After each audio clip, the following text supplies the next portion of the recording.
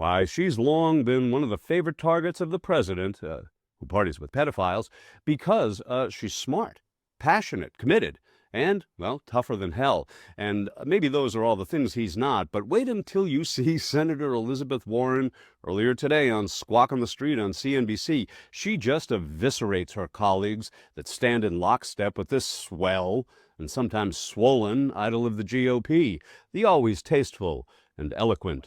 President Trump, who calls her Pocahontas, has suggested he would pay $1 million to a charity if she took a DNA test to prove her heritage. Tonight, she says it's time to pay up. Here's Mary Bruce.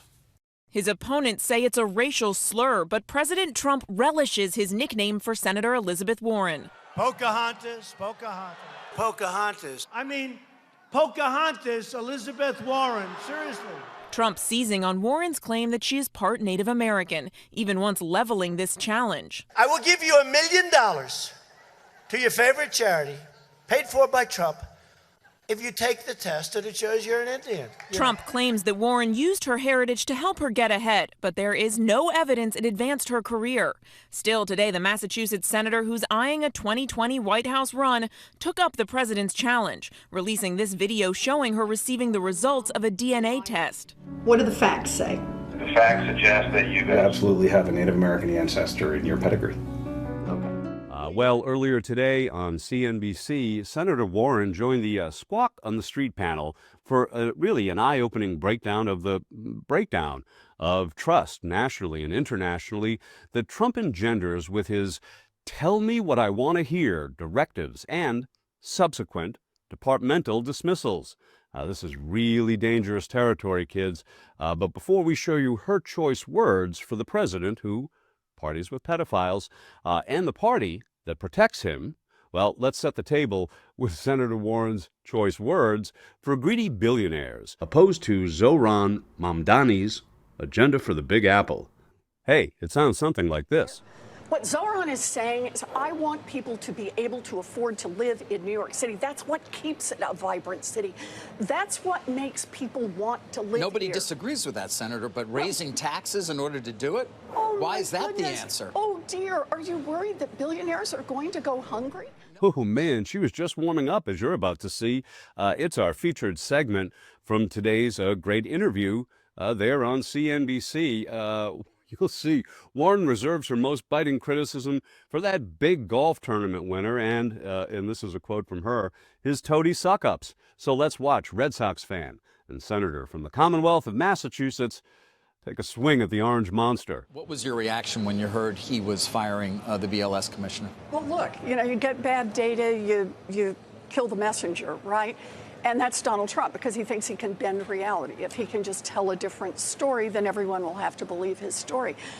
I think most people have not absorbed just how dangerous it is, both to fire the head of the Bureau of Labor Statistics and also, then what? To put in some sycophant who's going to give data that makes the president happy?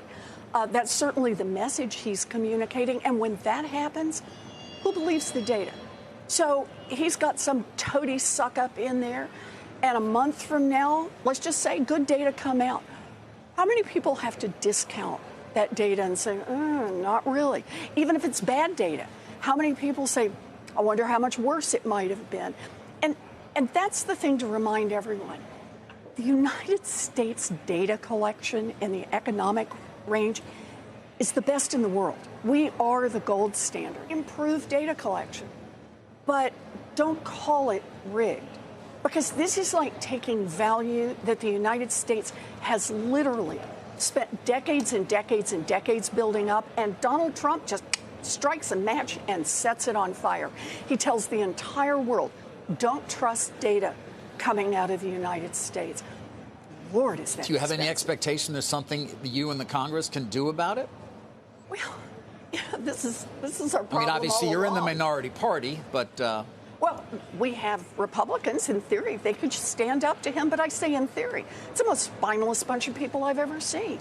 Even something that so clearly will hurt their home states, will hurt businesses in their home states, and I don't hear a peep from them saying, back off, we need independent data collection. This woman who has served under Democrats and Republicans. Shoot, Marco Rubio, J.D. Vance voted for her when she was confirmed. Very apolitical position. Where are those Republicans? What has that meant for just morale in the Senate right now? There's a piece in the New York Times today about who still has the stomach to be a U.S. senator in this current environment. I mean, what does that mean for being effective as a legislature? Well, look, I keep looking over at the Republicans. Keep in mind, in the United States Senate, 4 Republicans, that's all it would take. 4 Republicans could say, on some of these terrible appointments, on this terrible tax and spend bill that says cut 17 million people off their health care so you can give tax cuts to billionaires. 4 Republicans could have put a stop to that. And instead, I don't think of it so much as who has the stomach. I think who has the spine to get out there and represent the people who voted for you. And it's pretty clear right now, it is not the Republicans in Congress. And it is indeed those Republicans in Congress who have sold their souls, sold out their constituencies, sold their children and grandchildren's future right down the river, all for the favor of and out of fear of this. So we've opened up the shower heads, the faucets, the toilets. Seriously overweight, and he takes the fat shot drug. This is a different panel than I've had. Everything's computer. Basically, what we're doing is equalizing. There's a new word that I came up with, which I think is probably the best word. It sort of represents something that's both horrible and beautiful and strong and miserable, weak.